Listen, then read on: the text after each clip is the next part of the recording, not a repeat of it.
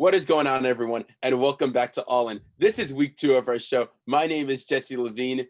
We're doing this all from our own homes during this quarantine. We can't wait, though, to bring some fun and some comfort back to your rooms.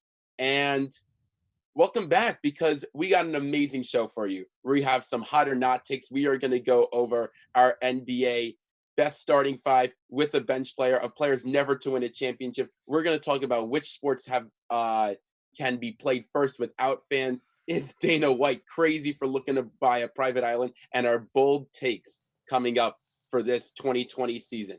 So let's get right into it. We got Jordon Malick, our producer, on the show today. We got Austin Fabiano coming back on our show today. Hi. We got Jimmy Guancione coming back. We're going to talk a lot about UFC with him and Dana White. Great to be back. And our usual Cam Johnson, always on the show. How are we? Cameron Smith bailed, but, show goes on without him. Wow. Let's go right into it. We don't have any sports right now, but I think the foreseeable future for more of a sooner than later is if sports are going to be back, it's going to be back without fans.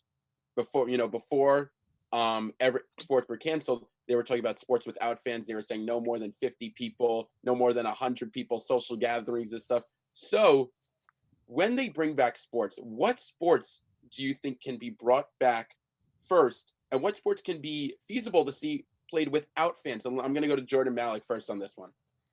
I think the easiest ones to go without fans would be the combat sports, boxing and UFC, just because they already bring a less amount of people than most of the other sports. Like football, you have hundreds of thousands.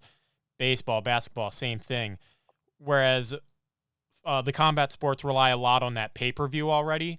So I think for them, that's an easier transition. They can focus even more onto that, maybe have like levels of pay-per-view. I know VR has been a thing that's been experimented for a while, having like a VR camera like on the sideline, or like in a combat arena case, like you could have one ringside and then have one like farther away. Like there's different ways that they could try and mess around with the pay-per-view to try and heavily incentivize people to because maybe people don't want to spend the whole $100 or whatever. They're pretty expensive. There's probably a way you could get like a $20 pay-per-view in there somewhere. Absolutely. And Jimmy, I'm going to swing that to you. How much does a crowd matter in UFC, especially for the favorites like McGregor and other people that are the top UFC guys that have a following? Do they feed off the crowd, or will it not really affect their success, whether it's a silent fight or 20,000 people screaming? Well, I mean, I think for any sport, really, these guys that really feed off the crowd are always there. You have like McGregor, you were saying, who definitely fed off that crowd. I mean, I remember that one. They had one fight, and it was in Dublin, and the crowd was absolutely insane. It wasn't the biggest crowd they ever had, but every single person in that room was cheering for McGregor, and he went out and had a dominant fight. He is one of those type of fighters that he walks in and he feels the energy, and that just brings him to another level. He's the type of guy to step up in big fights. I think that's important for anybody, but I don't know how it's definitely more important for some fighters than other fighters. I would say that it wouldn't be as important to many fighters, simply because when they're in that cage, I feel like they block everything out. It's like you hear about athletes all the time. I just block everything out. I focus on my game, what I have to do.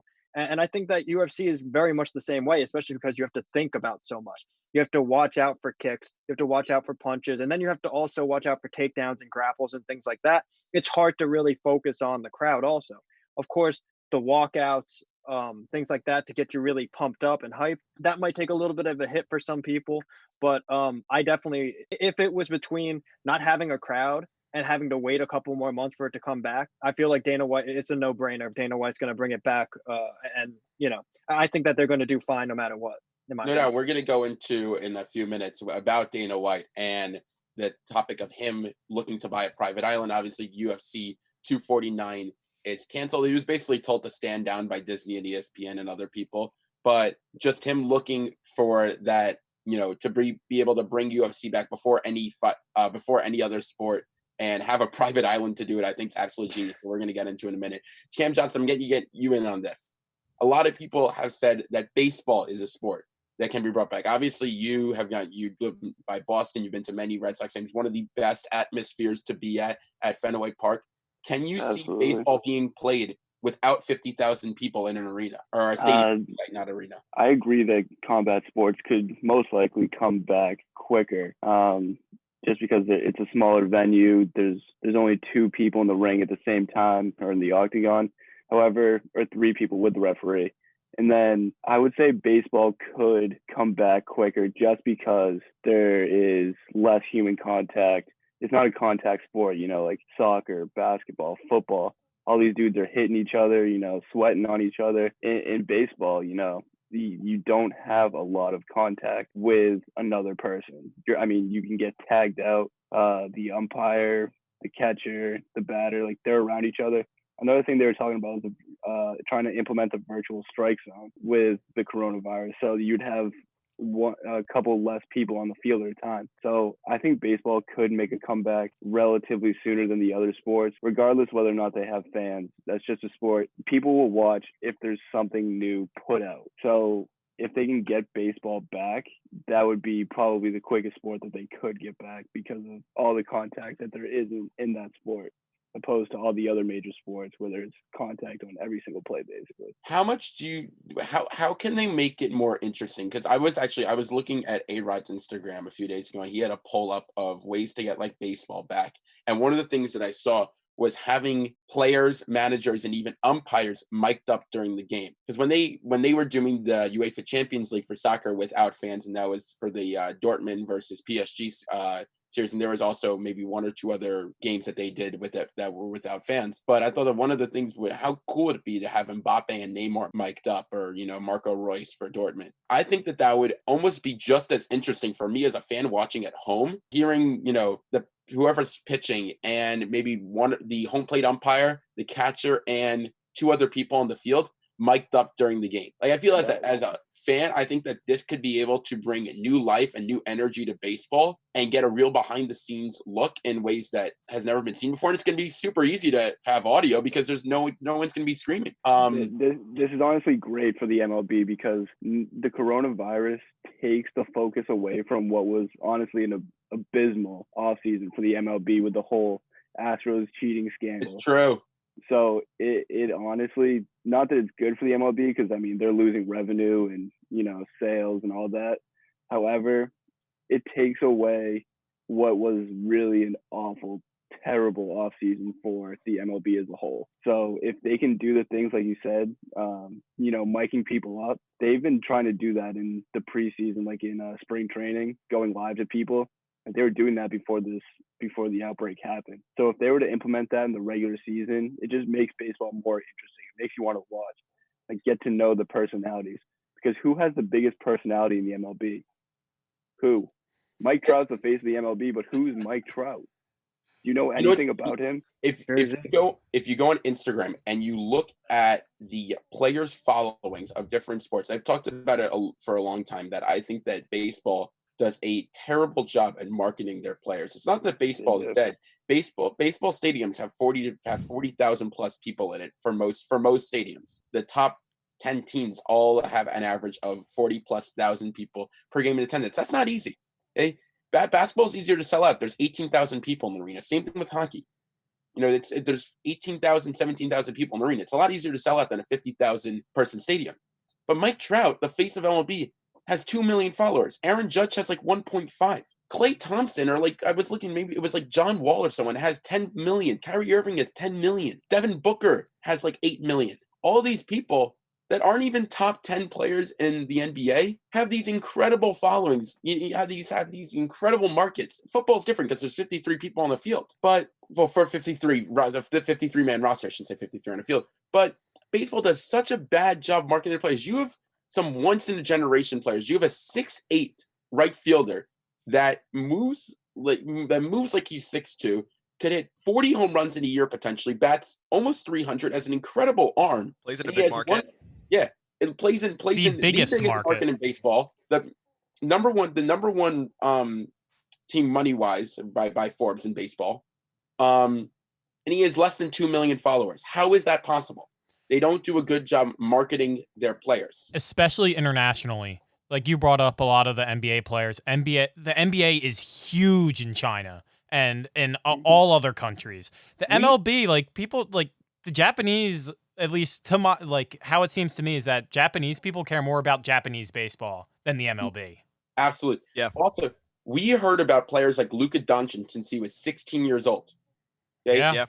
Yeah. We've known about players like LaMelo Ball, RJ Hampton. These players, I mean, LaMelo obviously comes and Lonzo and LeVar, big, a lot of media, but people like RJ Hampton, we know about, and he's playing in the Australian Basketball League. And he's going to probably be a top 5 to top 7 pick. But we know about players. Did anyone hear about Masahiro Tanaka, Cespedes? There was a guy named like Johan Park. That was a guy that was coming in. There's only 2 exceptions that I know of. That is Mike Trout and Bryce Harper. Those are the only 2 that like were well known. Especially international guys. Daisuke Matsuzaka was supposed to be a stud. Hiroki Kuroda. I mean, like a bunch of these guys that are coming from overseas, you don't know about until they make it. And like there's hype for young players coming in for basketball. There's you don't have that for baseball. People don't even really follow college baseball. Yeah. Like Bryce Harper was one of the few people I knew about. I know he was playing catcher and he transitioned to right field, but we didn't really know about it. So I just think baseball does a terrible job marketing. I'm going to go to 2 other sports before we transition that I think could be possible. One is tennis. I've worked in tennis. I used to ball boy at the US Open. I can tell you that some of the outside courts have 20 people on it. The cameras really only show the top 3 courts at the US Open, which is Arthur Ashe Stadium, Louis Armstrong, and Grandstand, and sometimes Court 17, which is also a stadium court. Besides that, at times you could go onto Court 4, Court 6, and other courts that don't have big matches and have about that much applause, literally 10, 15 people, where a crowd doesn't affect you at all. So I think tennis could absolutely be brought back without fans. First of all, the fans have to be quiet during the point anyway. So unless you're playing on Arthur Ashe, Grandstand, Louis Armstrong Stadium, I don't think players can really even feed off the crowd that much because there's not that many people. Second is golf. And I would especially say golf without Tiger Woods because I think the crowd and the crowd just connects to Tiger and Tiger just connects to the crowd in a different way, especially now after winning the 2019 Masters. But he has to be quiet when they're hitting. Golf's a gentleman's respectful sport. Again, it's a lot of golf clap. There's no huge roars unless there's a great shot. So I think Austin with the little golf clap right there. I think tennis and golf, absolutely. The 2 sports that I can't see coming back is football and basketball. And I mean, I think last case, if they need to, they're probably going to do it to have a season because otherwise you're looking into some serious problems with the NBA and NFL. But I just think those are the 2 sports that definitely need fans in there. Yeah. Do you agree with that, Austin? 100%. The game is not the same without the fans. The atmosphere, you could tell that something's missing. I mean, you're just going to hear the ball dribble, empty stadium, echoing. It's not going to be the same, and it's not going to draw a lot of. It's kind of like what's going on with WWE in a way, where they're still going on without a crowd, and it's just so awkward without the energy from the fans. So I don't think it's going to work for football or basketball. Sports like that, you need the fans to kind of make the game entertaining and great. And you're definitely going to be missing something if you don't have the fans. Do you remember a few years ago, the Knicks, they played a silent first half where they didn't play any music, nothing. Yeah. And that was weird. They still had a crowd, and that was weird. Yeah, they sold out. Yeah, it was a sold out crowd. Well, it was nobody expected it was going to happen. It literally was just like, we're going to try this. And I thought it was interesting because I agree. You still had the crowd, but it was like it was so different, and it threw off the Warriors in a way. I mean, the Warriors still won because, I mean, they're the Warriors and we're the Knicks. But, like, it still was a very interesting thing, and it got mixed reviews. The Warriors did not like it, but people like LeBron was like, it's very, very interesting, and I thought it was a pretty good idea. Mm-hmm. But you still had the fans there, and they were still clapping and booing and all that stuff. More booing because I know they said they wanted basketball in their purest form, and then they picked the Knicks to be one of the 2 teams. There it is, baby. Genius. So let's transition over to another sport, which we talked about earlier a little bit with Jimmy. Dana White's looking to buy a private island to have some UFC fights. UFC 249, as we said, canceled. But I just want to give a quick background on Dana White for people that don't know. Dana White was a fight promoter, and Jimmy's going to go more into this. He didn't put any money to go into UFC. He was actually offered 10% and just said, here, run it. You're going to get 10% of the company. And I believe 10% is right. Don't quote me on that. So he's done an incredible job just bringing up this company, to put zero money into it, and owns 10% and runs all of UFC. So, Jimmy, is this feasible? Is this a great idea? Is Dana White crazy, or is he genius for this? It's tough because with Dana White, he's a smart guy and he knows what the people want to see. That's really what got him into the fight game in the first place. He was an agent. He worked with the UFC. He saw an opportunity, got in. He knows he's a smart guy. Buying a private island, I mean, it might seem outlandish, but at the same time, if you're the only sport out there, and again, they're not just selling pay-per-views. They also have a deal with ESPN. They put on a fight almost every single week. I'm not 100% sure if this is outlandish. I mean, it's a great way to make sure that you're kind of quarantining the arena. You're making sure that you're completely controlling the climate, or not the area that that they're fighting in. And I guess that's just meant to limit the exposure the athletes have and their risk of gaining this virus. If I see it as a gamble with almost anything that Dana White and the UFC does, it's kind of a gamble. And if it works, and if it does work, and they are able to do it, they're able to buy the island, get the fights going again. I think it could work out great. I mean, they're the only thing on. People are going to tune in to watch, and they have a great base already. Plus, if they start giving out fights for free and then charging for the pay-per-views again, I think people would buy them just because there's nothing else out there. If it doesn't work, it could really hurt the company because that's a lot of money to spend on a potential strategy that might not work out, and it might get canceled anyway. So I think only time will tell. This is also a time where I think people are looking to save money, not spend money. And having that pay-per-view price that is either $60, $100, whatever it is, $70. It's like $60. Yeah. I don't know if that's feasible during these times, because I know a lot of families are out of work, people have been laid off. And a lot of people in America that are UFC fans, especially since UFC, I feel like appeals to that middle America, not like, as much as we love it, like I don't think that New York City, like especially Manhattan and downtown Tribeca, which is filled with multimillionaires, is dreading to watch UFC. I don't think that that's their market as much. And, for a lot of people are not going to have that extra $60, $70 to spend in times like these. So I think it's tough. I think it's a huge gamble. Going back to Austin's point about WWE, I thought what WWE was half genius. I thought what they actually should have done was aired it on Fox, which is one of their partners. And I thought they would have had like 7 million people watching because no other sports were on. Instead, they put it on their own network, which costs like $10 a month.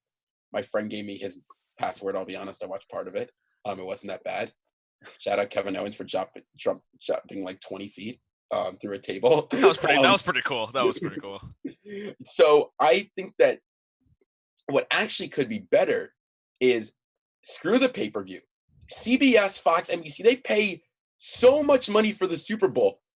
What happens if Dana White says, give us a ton of money and we'll let you air UFC for free? I think that would be genius of them. Yeah, you know how much money they can make? There's no other sports on right now. It would be absolutely genius. Air UFC for free. The television networks will be begging to have it. The commercials the companies that want to advertise will be begging to throw money out there because everyone's going to watch. They're going to get millions of viewers. Jimmy, I know you've been begging for talk. Yeah, I agree with you. But at the same time, we have to remember their kind of business model here. They have one pay-per-view a month. That's it. So once a month, people would have to pay $60 to watch a specific fight. And those are usually the bigger fights, the headline fights, people like McGregor, people like John Jones, or, maybe not anymore, but people like John Jones, the big headliners. Those are the ones who are on the pay-per-view. But they do have fight nights almost every single week. And those are free to watch. And they have a deal worked out with ESPN. They're streamed on ESPN Plus.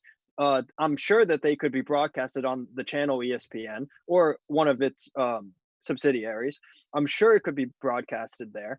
So they are doing that. They're offering free fights. And I remember when it was still going on, nothing else was on, and I'm like, I need to tune in Saturday night because it might not be great people fighting, but it's something. It's something there. And I mean, ESPN is not that expensive, and if they broadcast it on TV, they could get the what's it called, the commercial revenue also. So I think it's a great idea. That's a good point. Let's go into our next topic, which is going to be our bold takes coming up for this 2020 season. And as you guys know, this could be across any sport that you want. Just a bold prediction that you think could potentially happen in any sport. Cam Johnson, I'm going to go to you first on this one.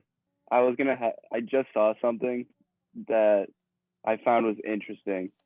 The NBA teams are pushing the league to move the NBA draft back until August 1st, the earliest, which is crazy. Wow. If you push it back to August 1st, how are you going to have an efficient amount of time to, negotiate a contract? They're not going to start the NBA season on time. Yeah, so that must mean that they are in initial works to postpone the NBA season, which starts in late October, early November. So they're already in talks to push that back. So that means the NFL is probably going to be in talks to not start on time. Who knows what's going to happen with the MLB? Because if they don't start on time, like, when is the MLB ever going to start? So my bold prediction is that the NFL, the NBA season, they're going to cancel this NBA season. It's done. Yeah. They're not going to go back to it. They have no formidable plan that they've come up with that works. This has never happened before, so they don't want to test it and risk it. Mm-hmm. Because if the coronavirus still spreads throughout the NBA and the NBA players, then that's an awful look for the NBA. Like, oh, you rushed it. You didn't take this seriously. It's going to look awful in the NBA. So I think they're just going to end up canceling the season. They're just going to go right into the 2021 season, and it's going to be pushed back. So if that's going to be pushed back, then the NFL is going to be pushed back. It's going to, start a domino effect, and that sucks, honestly. But you got to do what you have to do, honestly. Like, I just want some sort of new product on my TV in whatever way that can happen. I just want it. If the NBA season does get pushed back, this won't be the first time. And I don't think that they're going to push the season so that there's a 82 game regular season. In 2011, 2012, because of the CBA negotiations between the players and the owners, they only played 66 games that season. That's probably the last time the Knicks were relevant as well. 2011, 2012. Actually, no, 2012, 2013 was the last time they were relevant. They had a really good season then. But I could totally see the NBA season canceling. I think any of these sports can cancel. The NFL's not going to start on time. I was speaking to a player on the Panthers who told me that there's not a chance he thinks they're going to start on time. He said they're not going to rush us back in. Jordan, I want to go to you on your bold predictions for this upcoming year. So my bold prediction is going to be the 49ers will miss the playoffs this coming season. I think they're going to have a big letdown. They're going to be going against all the division winners. And so I actually have their opponents. The schedules aren't released, so we don't know what order, but they're going to have to go to Foxborough, which who knows how that's going to go. They're going to Dallas. They're going to go to New Orleans, and they still have to face the Cardinals in Seattle twice a year. I think it's very unlikely that they only lose 3 games again. And they also have to go up against the Bills, the Packers, and then the Eagles. They're going against the whole NFC East. So that whole NFC is stacked. It is, and I think they're going to drop just one too many games, even with that third wild card team being added. I think it's just going to be one too many, especially they're probably will be dealing with a shorter offseason. No OTAs, probably. There's still a lot to figure out as far as what the offseason is going to look like for the NFL. But I think the 49ers are going to have a really big letdown year. Is it fair to say for the NFC that if you're not 10-6, that you have no chance of making the playoffs? Because I feel that the AFC, you could say, I feel like a 9-7 team could squeak in there. Even the Jets, they weren't out of the playoffs when they were like a few games under 500 for a while. But I feel like for the NFC, is it fair to say that unless you're 10-6, you won't be making the playoffs? Yeah, the only exception was the Eagles, who went 9-7. And it was the same thing kind of in the AFC as well. The worst record that got in the AFC was the Tennessee Titans at 9-7.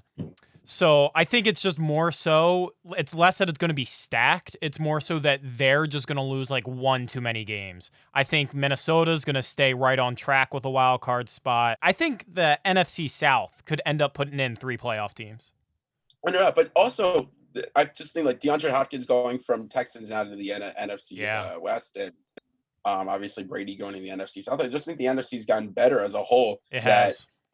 I don't think the Cardinals make the playoffs, but I could easily see them being 7-9, 8-8, and knocking off some good teams. Oh, they'll steal a few games, yeah. Yeah. Obviously Tampa Bay is going to be even better now. Chris Godwin's a monster. Mike Evans a monster. OJ Howard's very good. Austin, I'm going to go to you next on your bold prediction. I think that Jason Stidham from the Pats is going to have a good year. I think there's a lot of doubt surrounding his ability, and it's not so much him. I think it's because of Belichick and his success with other quarterbacks that weren't Tom Brady. So I think that they could potentially make the wild card if the season goes on next year, depending on how the COVID-19 pandemic pans out. I think that the Pats will make it to the wild card. Cam, is that a reasonable take? We have a very small sample size of Jared Stidham, but when I was watching him in the preseason this past year, I know that's not great competition. It's like your B team for each team. But Jared Stidham had a very good preseason this past year. So it's honestly not a take to say that the Patriots could be competitive this year. Honestly, I wouldn't mind if they just tanked one season and then tried to draft Trevor Lawrence next year. Because Trevor Lawrence he's a generational talent. So if that were to happen, I would have no problem with the Patriots tanking next year. Although I don't think it's in Bill Belichick's DNA to have a losing season. If that happens, I'm not watching football. It's not in his Patriots DNA. Big asterisks there. I just don't think that Bill Belichick can tank it. It's just not in him to do that. So I don't think that'll happen, but I wouldn't be opposed to that happening. But yeah, Jared Stidham could very well have a breakout season next year. It's very possible. Do you think that the Patriots have the pieces to potentially trade up for somebody like Tua this year? I don't want Tua. I wouldn't want him. Bill Belichick in 2016, when the Patriots lost to Kansas City on Monday Night Football, and Trent Dilfer had that famous quote, "The Patriots just aren't good anymore."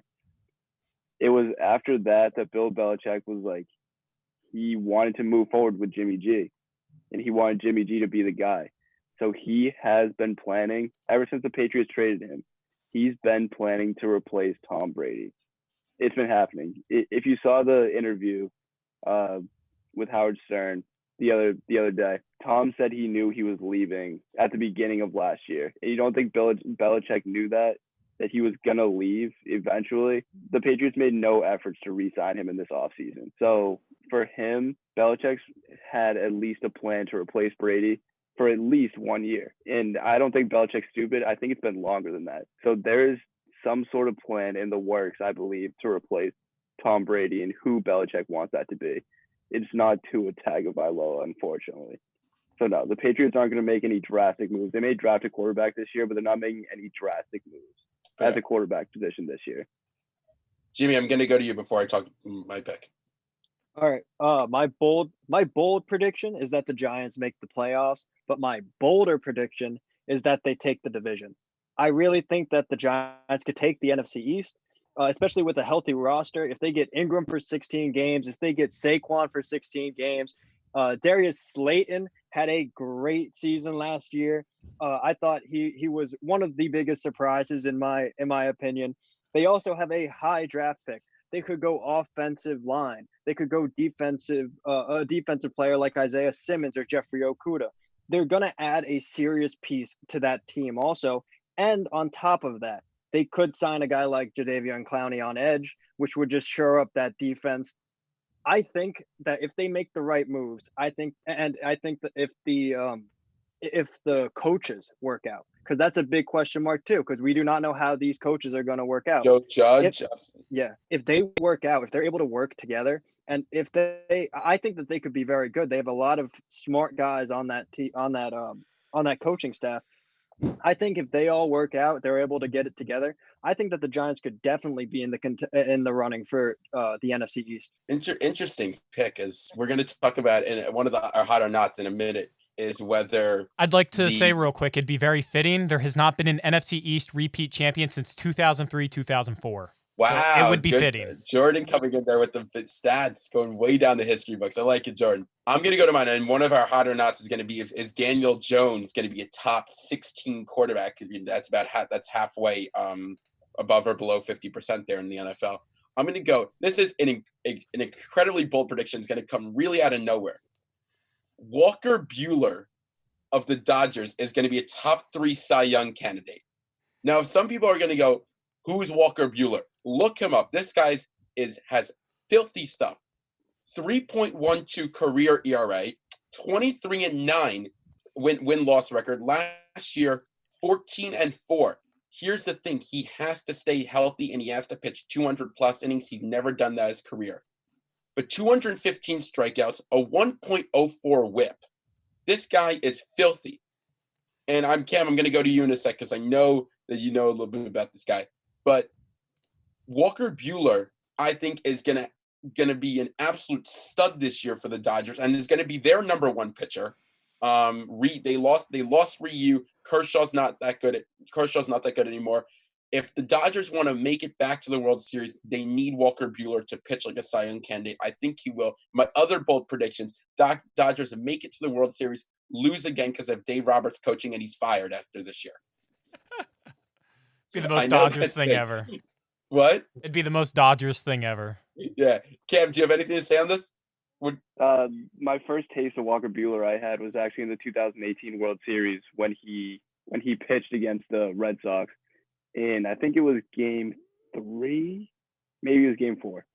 He pitched against the Red Sox. He went like 6 2/3, 1 earned run or no earned runs. He just absolutely torched the Red Sox.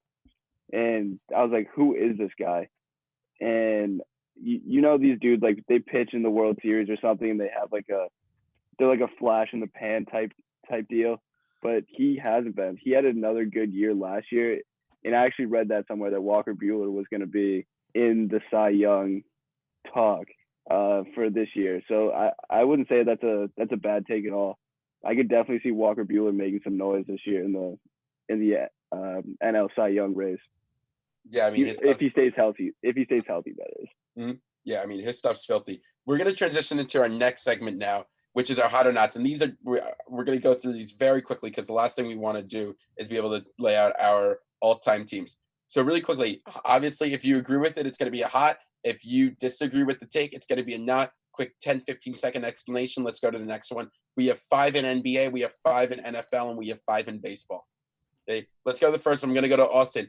Carmelo Anthony is a starter next year in the NBA. Hot.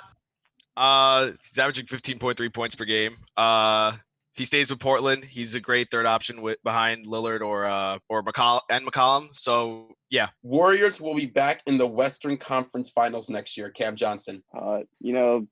Steph's coming back. Clay's coming back. Anthony Edwards, Draymond, and then whoever the heck they want to throw out at center. The Warriors are very well. They literally just did what they had to do this year. They tanked it. Steph Curry's had a broken hand for like 6 months. They just sat him out. Didn't come back until like mid-March. So the Warriors are going to be right back in contention next year. I know they lost KD, but they can add a generational piece with a top 5 draft pick that they're going to have in now August. And then they can flip Andrew Wiggins for more pieces because I'm sure Andrew Wiggins isn't part of their long-term plans out there in the Bay. So yeah, that's hot. Jimmy Guancione, the defense in the NBA has never been worse. I'm going to say hot on this. And this is simply because I've never seen superstars like James Harden, who can be such a defensive liability. You look at guys like, the greatest of all time, Michael Jordan. He's a great scorer, but what almost never gets talked about is he's a great defender too. A lot of these guys in the past have been great defenders, but now we're seeing guys like James Harden and there are others also. They're able to get away with subpar defense, even just downright not trying on defense sometimes, and they're able to get away with it and get millions of dollars in contracts and seen as one of the game's brightest stars. So I'm gonna say hot defense is definitely going downhill, but in the NBA. Jordan, Brett Brown should have already been fired. Only thing hotter is his coaching seat. The only people are saying that coronavirus has saved Brett Brown's job, and that is not the most inaccurate thing. The Pelicans will make the playoffs next year. I'm going to take this one. That is a big, big hot. Pelicans, since their 6-22 starts of the season, were 22-14. They were 11-9 since Zion come back. They also started 0-2 with Zion. So they were on a 11-7 roll in the last 18 games with Zion Williamson. So I think that's a big hot for them. 22-14 though, since their terrible stuff. But this is also a young group, a lot of new guys. Lonzo Ball, Brandon Ingram, Derek Favors, all new in their starting lineup. I'm trying to think if there's anybody else. Yeah, you got guys coming off the bench. And Zion now. So for their 5 guys in their current starting lineup, were not on the team last year. You have Josh Hart and JJ Redick, who weren't on the team last year. Jackson Hayes, also a rookie, wasn't playing college ball last year. Took them a while to adjust. I think that's a big hit. Pelicans are definitely going to be in the playoffs next year. Future is bright in the Big Easy. Let's go into football. The Bucs and the Falcons' new uniforms are great. Austin. Hot. I especially the Bucs. A beautiful, beautiful job done. How they implemented an old design, modified it a little bit, add a new alternate jersey with the all gray one. I'm in love with that. The Falcons, I wasn't really big on their old uniforms. I think they did need an update. And I mean, yeah, the Panthers kind of poked fun at it a little bit, but I think it's a great rebrand for both teams. And I'm excited to see them next season. So that's all I got. Next one, which I'm taking, the Jets should go after Antonio Brown. And before I say this, let me just give you some stats on the Jets. They haven't made the playoffs in 9 years. They haven't had a good receiver since Brandon Marshall. Since they haven't in those 9 years, they haven't made the playoffs. They've had one season with a receiver of 1,000+ yards, and that was both Brandon Marshall and Eric Decker. Both had those 1,000-yard seasons. They had 2 seasons where a guy named Jeremy Curley, if you know who that is, was the leading receiver in yards. That guy averages a career total of 31.5 yards per game. So for the Jets, I say, what do you have to lose? I agree. You just lost Robbie Anderson, who could run one route, by the way, which is straight deep, and can't do anything else. You have Quincy Enunwa, who can't stay on the field for more than 2 plays. You have Jermaine Kearse, who was hurt the entire year. You have a tight end who no one knew about, who you just signed for like $5 million a year. What pick do you have this year, Jesse? What pick do the Jets have? I want either 9 or 10. They're going after receiver. I think that they may. Yeah, they could go Jerry Jeudy. Yep, that's CeeDee Lamb. Give Sam Darnold targets though. Put Antonio Brown on a 1-year deal. Get him back in the NFL. If he doesn't work out, who cares? If he can't get, but he's such a head case. You know what though? Gase and AB would be so toxic. I don't be crazy. I don't care. The Jets have sucked for 9 years. I have to agree with Jesse on this one. I think it wouldn't be the worst case if the Jets went after Antonio Brown. I mean, what do they have to lose? You know what? What do they have to lose? Yeah. And you know what? And if they start 0-4 and he's ahead, then release him. And you probably were going to go 1 you were going to probably go 0-4 without him anyway. So who cares? Let's go to Daniel Jones this year will be a top 16 quarterback. Jimmy. I am going hot, of course. I think that he could have a great year this year. Again, as I said, Danny Dimes, he's getting a lot of his key players back. A lot of people on offense. Saquon's hopefully has a full year, a great year. Evan Ingram's coming back. Darius Slayton's coming back. I think they could be awesome offensively. And on top of that, with that 4th pick, they could be taking one of, if not the best offensive linemen in the draft. I think it shores up that offensive line, gives him a little bit more time to throw. He gets more time to learn what it's like to be in the NFL. I think the experience, the upgraded offensive line potentially, his receivers, I think he could be a top 16 quarterback easily in this NFL. That's a bold take right there. I don't What a know. surprise, huh? I don't know about that one. The room is hot right now after that take. Jesus He's the number Christ. one quarterback in the league. No, just kidding. The next one, Cam Newton will be a starter on a team halfway through this point, halfway through the NFL season. Cam Johnson. An NFL team? An NFL team. Not XFL because they're done. He could be an Yeah, XFL starter. the XFL just stopped being a thing, like 20 minutes ago. Yeah. So, F. so Cam Newton, when you think about teams that need a quarterback, what teams come to mind? The Chargers, the Raiders, maybe. I could see him and Jameis Winston, one of the two will be on the Chargers next year. The Chargers don't have a quarterback. Who's their quarterback right now? Tyrod Taylor. Tyrod Taylor, baby. So, and they're also most likely going to draft one.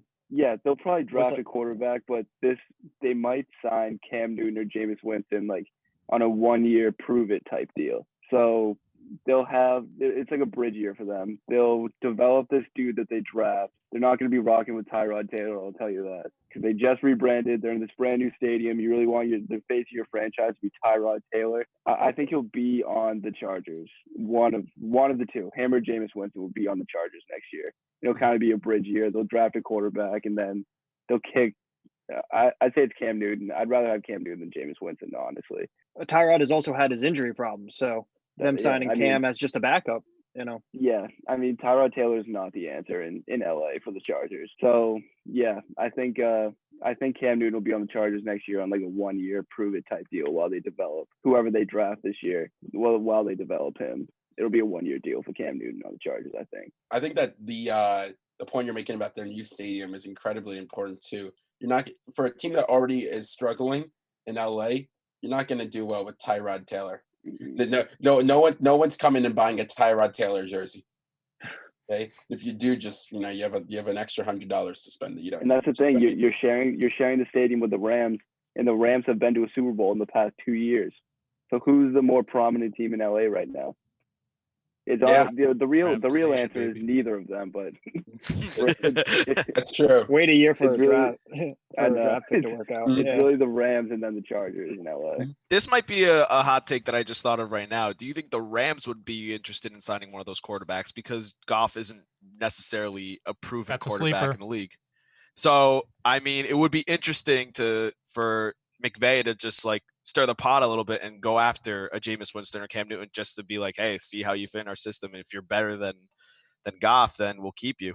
I don't think that's out of the realm of possibility, but do you think that is possible? What do you guys think? Did they extend Goff yet? Did they sign him to an extension? They did. That's the problem though. They did sign him to a massive deal. Not happening. And they also did go to the Super Bowl with him. I don't know if they would, completely destroy their team and go a completely new direction at quarterback just for a couple of bats. I think they have faith in him still. He's still decently young. I think that they're going to give him a little bit more time. And Jordan, to see on you, what the NFL is doing with their new rules for playoffs and the regular season is great. It is great for the fans. It is awful for the league. Adding an extra game. Well, the games aren't really because they're creating 2 more games by cutting 2 preseason games, which that's fine. People don't watch them anyway, so it's better for the fans.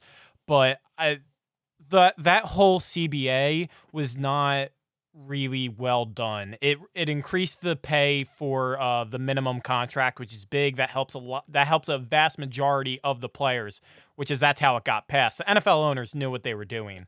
But now the highest paid players, they're now being paid unproportionally. They're basically playing up to 2 games for free. And also, there's just a lot of things I don't like. It was not necessary because it messes with the economy of football. You want people to want more football. And increasing extra games time after time again is how you end up like the MLB, where the MLB almost never sells out stadiums just because there's 162 games. I can see any of them. Football, that never happens because there's only 8 chances to see your team at home. Gotcha. Let's go into our last topic, which is baseball, before we go into our NBA teams to close out the show. We're going to go to Austin. Obviously, we can't do this on a number if the Yankees are going to hit more home runs total, but per game, will the Yankees hit more home runs than they did last year? Per game, it's possible, but I don't think it's going to happen because you have, number one, it's not really set in stone that Stanton and Judge are going to be playing the entire year. You lose Didi Gregorius. Yeah, you do get Andujar, but Andujar is going to be probably rusty because he hasn't played baseball in a full year. So, yeah, they averaged 1.6 home runs per game last year. I don't think they're going to be able to top it. That's just my feeling. Let's go. I'm going to go to myself for this one. The Astros will make the World Series. This is a big no. I'm going to break down the Astros roster for really quick because I actually think that they are really good and they will win the AL. They will win the AL West. They lost Garrett Cole. They don't have Dallas Keuchel anymore, but they haven't had him. They didn't have him the year before either. But they do have Lance McCullers again. Lance McCullers, a very good pitcher coming off Tommy John surgery. You still have Alex Bregman. You still have Jose Altuve. You know, Yuri Gurriel. They have Carlos Correa, George Springer. A lot of these guys are still on that team. This is still going to be a good team. But here's the thing. I think just the baseball, people talking baseball gods, football gods, whatever it is, something's going to make sure that they don't make it back to the Super Bowl. I'm sorry, Super Bowl, World Series, and make sure that they don't get there. I just think the Yankees are really good, and I think that teams are going to come out every single night and give them their best because they don't want them to win one bit. Let's go to our next topic. The Phillies will win the NL East. Jordan. I'm going to have to go with not. They're not the favorites. I think the Braves still have a stronghold on that division. They still have the higher ground. The Nationals, they got poached just like every world champion does, but I still think that they might even still be better than the Phillies. But the one X factor for the Phillies is Joe Girardi. He can catapult them all the way to the top just because he's a Philly guy. He's the Philly culture. And that Philly culture can put them up over the top if they can put it together. I'm going to go with not though. They don't have the advantage. Cam, very quick. Boston goes under 500 this year. I'd say that's hot. Losing Mookie Betts, losing Chris Sale for the year. That's not a recipe for success. Although the Red Sox hitting was up to par from their 2018 season, their pitching was so bad, and that was with a 75-80% Chris Sale. So having no Chris Sale, no David Price, no Rick Porcello, the Red Sox are going to go. They're going to flirt with 500 all year. I'll just say that. They'll finish 2 games above, 2 games below. Last one. Can the World Series this season, if they play baseball, be played in November? Jimmy. I think anything's on the table, really. I think they are hoping that they stick to the original schedule and have it in October. I heard that they were thinking about having just 7-inning doubleheaders, and so they could get more games out at a time and hopefully get to that October deadline for the World Series. But if they need to, I can see them moving the games down south, maybe having it at a neutral field where it's hotter, so they could continue to play. It really all depends on when they're able to get started again. Let's transition over to our last topic because I want to wrap this up so we can get in our show for about an hour. Our teams. So we're going to try to do something each week where we're going to have to build teams against each other, whether it's some sort of topic, whether it's NBA, MLB. This one is NBA, and we're a starting 5 of players that have never won an NBA championship. No 6-man, just starting 5 of players that have never won an NBA championship. This could be current players, old players, etc. Starting 5. Let's go to Austin. Let's start with yours first. Okay, so I took some time thinking about this, but I got it. So for my point guard, I'm going to go with Steve Nash, 2-time NBA MVP, never won a title. It's a shame that he never had that chance of winning a championship, but he made the list. For shooting guard, I'm going to use good old St. John's alum, Chris Mullin. Shout out to St. John's. That's really all the reason why I picked him, because he went to St. John's. But I think that his 3-point ability is, unprecedented. Dream team member, and he deserves to be on this list. Small forward, Carmelo Anthony, top 3 pick out of 2003. He was a New York Knicks favorite of mine. It's a shame that we never got a chance to see him in an NBA Finals. So unfortunately, he had to make this list as well. Power forward, Charles Barkley. I mean, I can't say much about him. I mean, he's one of the best power forwards to ever play, and one of the top players to have never won a championship as well. And then another Knicks alum for center, Patrick Ewing, top pick in 1984. Played for the Knicks for 15 years. Never went to the NBA Finals twice. Never won a championship. And quickly for my sixth man, Chris Paul. And that's where I close it. Cool. I love Chris Paul. Let's go to Cam. What do you got, buddy? For my point guard, I'm going to throw this way back, and I'm going to go with John Stockton as my point guard. I went back and forth between him and Steve Nash, but if we had Steve Nash on the last team, I'll go with John Stockton. My shooting guard, I'm going to go with the Allen Iverson at the shooting guard position. Made the NBA Finals, although never won, lost. He had that famous step over on Tyronn Lue. And then my small forward, I'm going to go with Elgin Baylor. I have that too, Played on the Lakers, never won a title though, which is surprising. Power forward, Charles Barkley. My 4 and 5 are the same. Charles Barkley, and then my 5, I have Patrick Ewing. It's crazy these players were so good in their time, but never were able to win a championship. They got their money, never won a championship. Jimmy. All right, I'm going to switch it up a little bit. Since Stockton and Stockton and Chris Mullin were already said, I'm going to go with Russell Westbrook at point guard. I think that he had a great team in 2013 with that Oklahoma City team. I'm going to take him at point guard. Shooting guard, you got to go with AI. I mean, AI is literally one of the best players of all time. It's insane that he doesn't have a single championship. For small forward, I'm going to go with one of the clutchest players of all time, Reggie Miller. I know Austin does not like him. He did a lot of work on those Knicks, but I'm going to go with Reggie Miller at small forward. Power forward, I'm going to go with Karl Malone. Super strong guy. Really dominated the interior. And for my center, one of the biggest mismatches of all time, 7'6" Yao Ming. Huge guy, grabs all rebounds, and he has a mid-range. I think it's crazy. He was so talented. I don't know how he didn't get on a squad and was able to get a championship. So that's my starting 5. I can see Jordan trying to hold in his laugh on these. That's like basically Jimmy's 2K team. I think he has enough time to win a championship before it's all said and done. Yeah, but the guy's averaged a triple-double for the past 2 seasons. He's literally one of the best stats players of all time. I mean, I just got to throw him up there. I was going to put Stockton, but I want to change it up a little bit, What you got to do, man? Okay, Jordan. So I'm going to throw AI at the point guard, something that he played a little bit of, but he was mostly a shooting guard. I think he would be he's the best scoring point guard ever, even though he mostly played shooting guard. He played a lot of point guard. Then at the shooting guard, I'm going to have T-Mac, Tracy McGrady, go with the size, good shooter, one of the best shooters. Then at the 3, Dominique Wilkins. Keep with the size. And then at 4, going a little undersized, though, with Charles Barkley, and then finishing it with Patrick Ewing. I was close to picking Dikembe Mutombo for my center, but I went with Ewing. Another big guy. Prime Dwight Howard. Let me finish. Dwight Howard, baby. So I'm gonna start. I think if you're gonna put a team together, you need a pure point guard that could make others better. There's never been a better pure point guard than John Stockton. Ever in this league.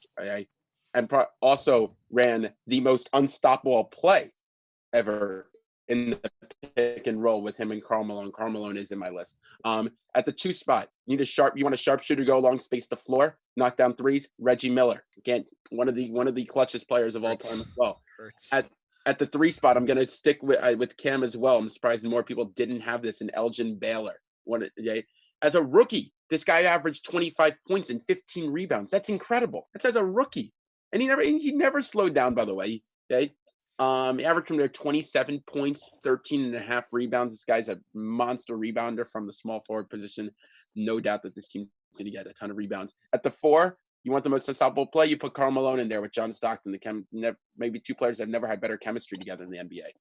At the 5, I was going to go with Patrick Ewing, but everyone keeps going back and forth. I'm going to go with Dwight Howard. Not a bad pick. From 2007 to 2009, absolutely dominant. Carried the Orlando Magic to the NBA Finals, beat LeBron and the Cleveland Cavaliers in the Eastern Conference Finals. Should have been a 4-0 sweep, but LeBron hit an incredible shot. They beat him in 5 games. That's my starting 5. let us know. Jordan, how can they let us know? You can comment on the YouTube page, or you can find us on Twitter at All In with Jesse. There you go. Let us know what you think of our lineups, which team won, which team's the worst. Rank them in order for us. Let us know what you guys like. And we will be back next week, and we hope to, bring some light and keep the sports rolling, even while there aren't any sports. Continue to have our talk show and put an hourly show out there every single week for you guys. So that is it for us. We will be back next week. Find us on YouTube. Find us on Twitter. Let us know your guys' thoughts. Until then, see ya.